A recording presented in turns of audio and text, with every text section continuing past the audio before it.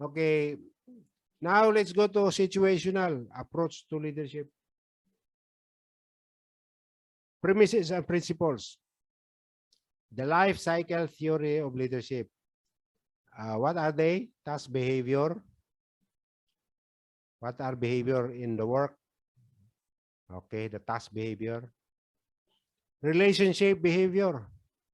Relationship among employees. Remember, you will talk about the human relation skills. Employee readiness level. There are two factors in this: the willingness to do the job and the ability to do the job. When the employee is new, he is not ready yet. You have to be patient as leader, as manager. You have to be patient. You have to have patience. Train and develop him to become ready next time. Make him ready. So we'll talk about that.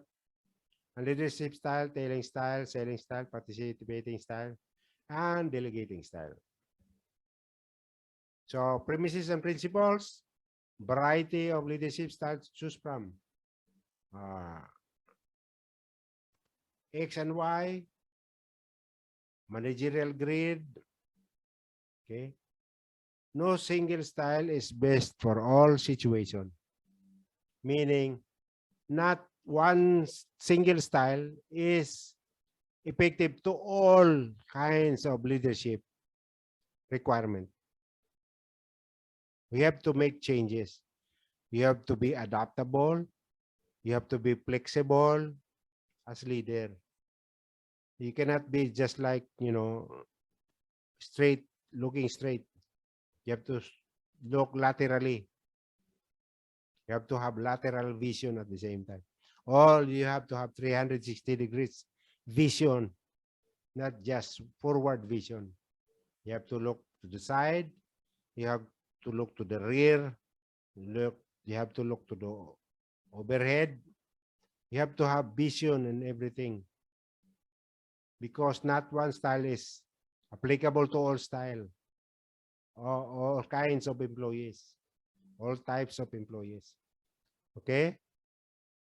So no single style is best for all situation. Different leadership styles are appropriate for different circumstances. So different circumstances. That's why we call this situational approach to leadership. Different circumstances. One circumstance needs this kinds of leadership. Another circumstance need this kinds of leadership. So different circumstances. You need to be empathic leaders. You can be empathic leaders. You listen. You feel the feelings of another person, especially your subordinates. You have an open arm. You accept uh, whatever suggestion or whatever proposal that he has to make. You have to analyze it, whether it's workable or feasible or not. Then you have to respect the ideas of everybody. So different circumstances. There are employees who are very low, uh, does not know anything yet. You have to be patient with those guys. Choosing the appropriate style is more likely to cause leadership effectiveness. Okay. So whenever you select the right appropriate style, you will have leadership effectiveness. More likely to cause leadership effectiveness. If you are not doing the right thing depending on situation, you will not be able to you be successful and become an effective leader. You have to have the right style for implementation for your application to become an effective leader. Best leadership styles depends on the type of job or the task itself. The leader/member relationship. The leader's position, power in the organization. The skill of the leader to change styles. Flexibility. I was talking about like flexibility. Maturity, readiness of the employee.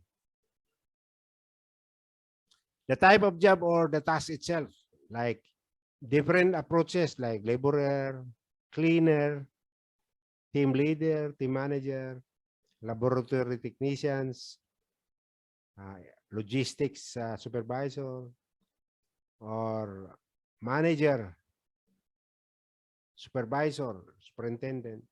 Different tasks or different approaches to guys who are doing work, manual handling work, uh, difficult work. For technicians who are doing uh, troubleshooting of machinery not working, different styles that you're going to apply.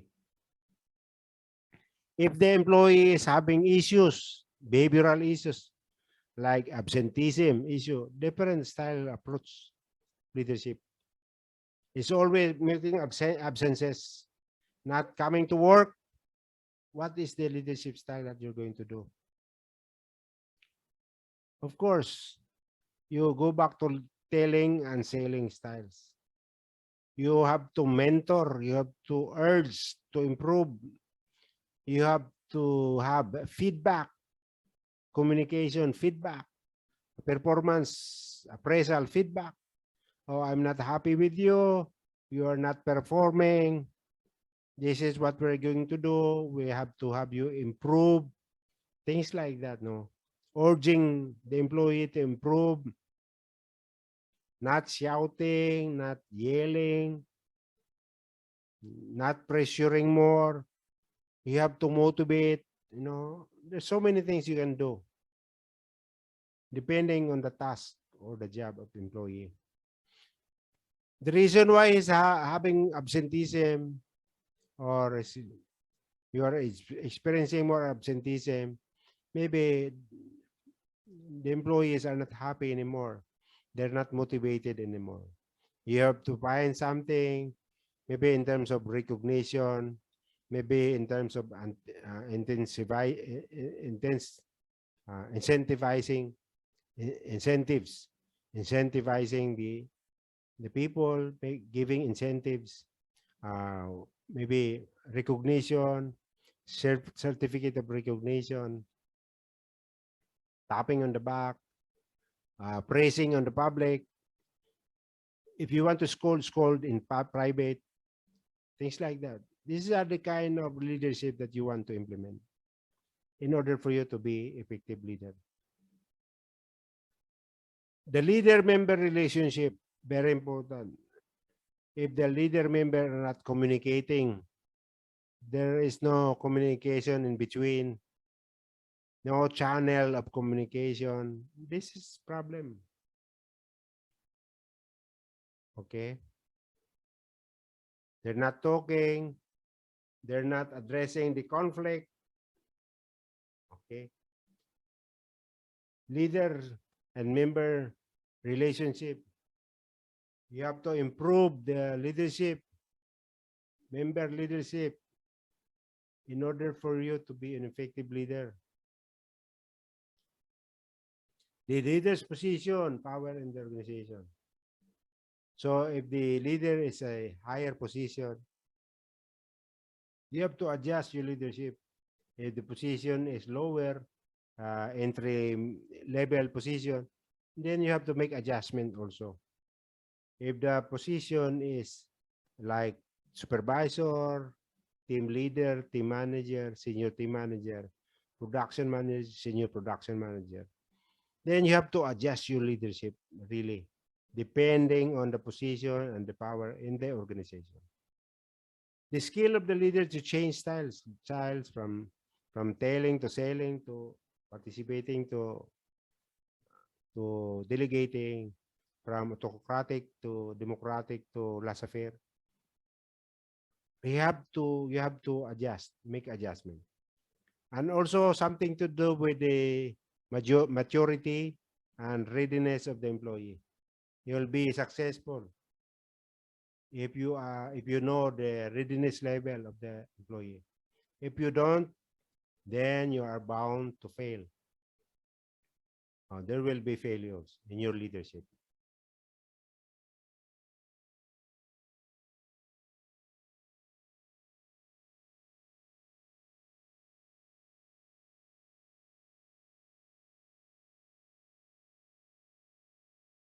Okay, so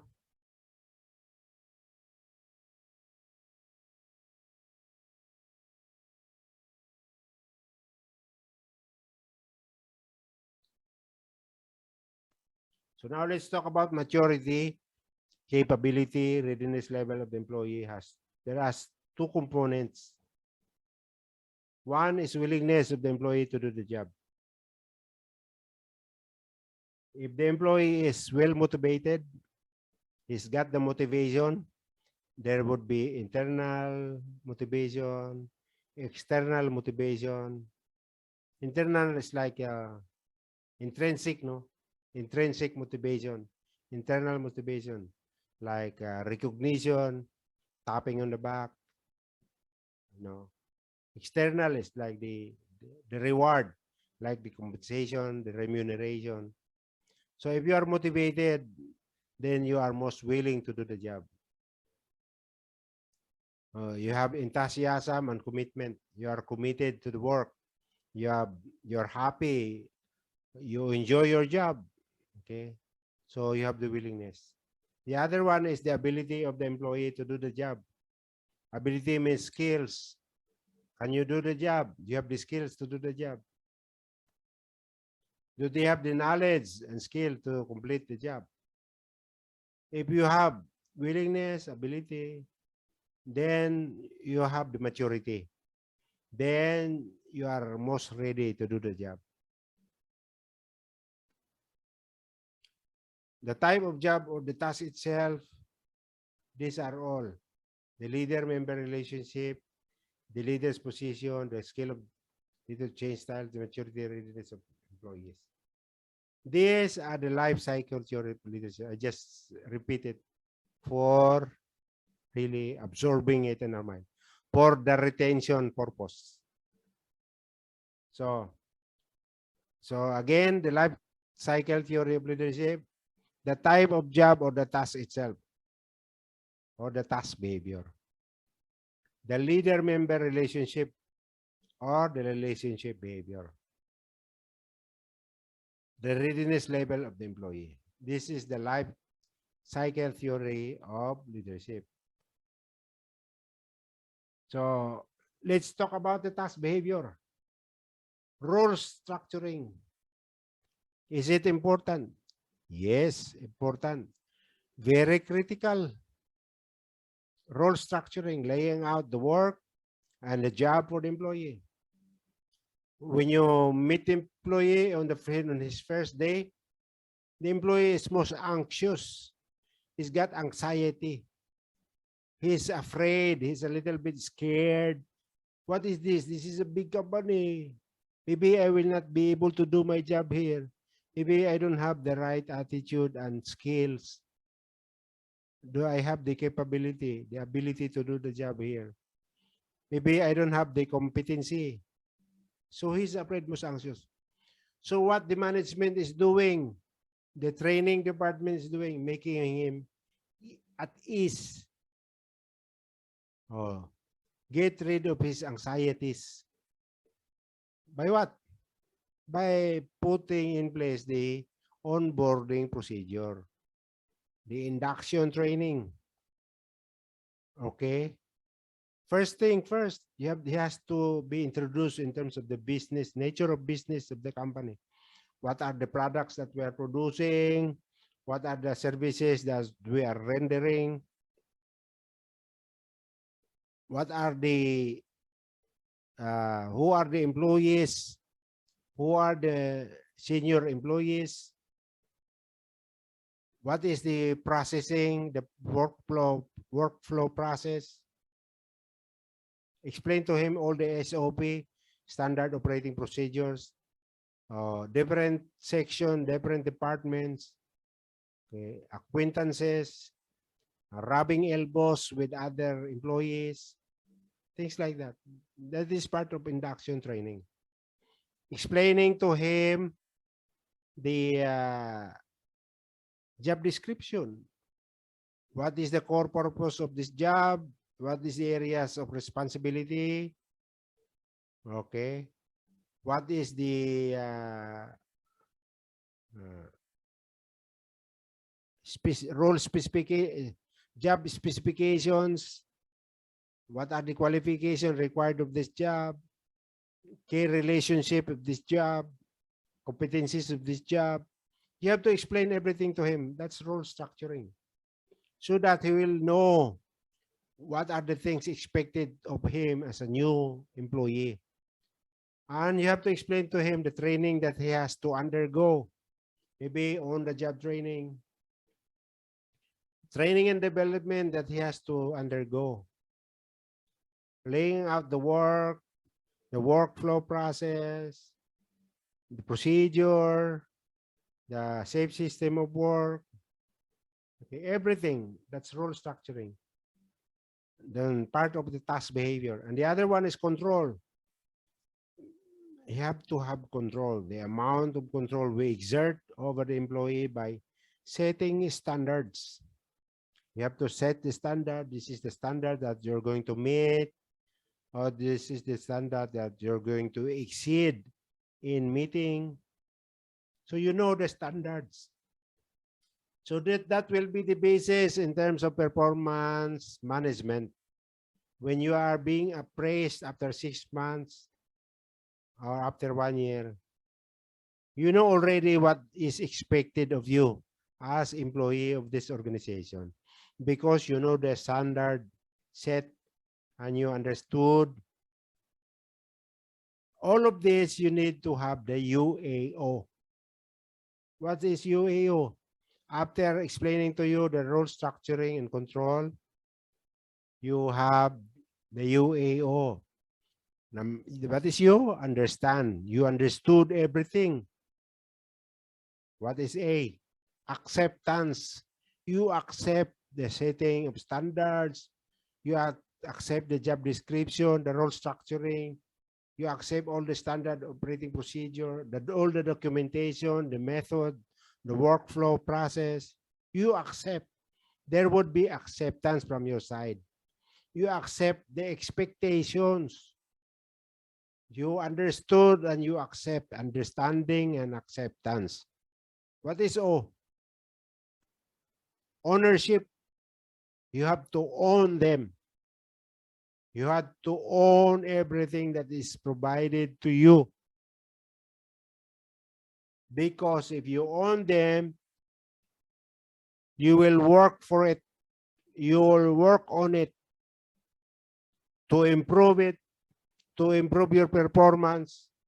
For you to be guided in your work, you need to have UAO.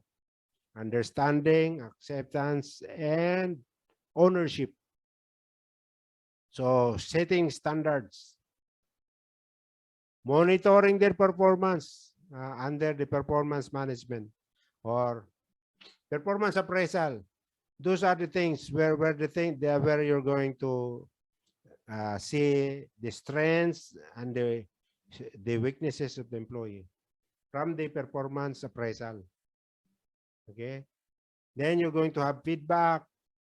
Then you're going to be honest and frank with your employee. And you have to feedback the things that he has to improve. And you put in place action plan for the corrective action for the weaknesses of your employee, training and development, coaching, mentoring, and other strategy. Monitor the performance. Weaknesses are most important. For the strength, you have to reinforce, maybe through remuneration, rewards, through incentives, through promotion, or through salary increment, etc. You can also do that actually in SWOT analysis. Is WOT, strength, weaknesses, opportunities, and threats. You can also do that monitoring of the weaknesses and addressing it. But the SWOT is all company-wide because you have the threats and opportunities also. external thing that you have to analyze in terms of competitors, competition, in terms of market competition, etc. That is opportunities and threats. Improvement of the business, adding more plants, buying more companies, etc. That is opportunities and threats. There are more competition now, and the market has become saturated, and all those things in this world. But you can also do that, utilize that. But in terms of monitoring performance, you can do the performance appraisal. Let the training manager design the performance appraisal. The manager has the tools to have the continuous improvement in terms of the performance appraisal. Okay.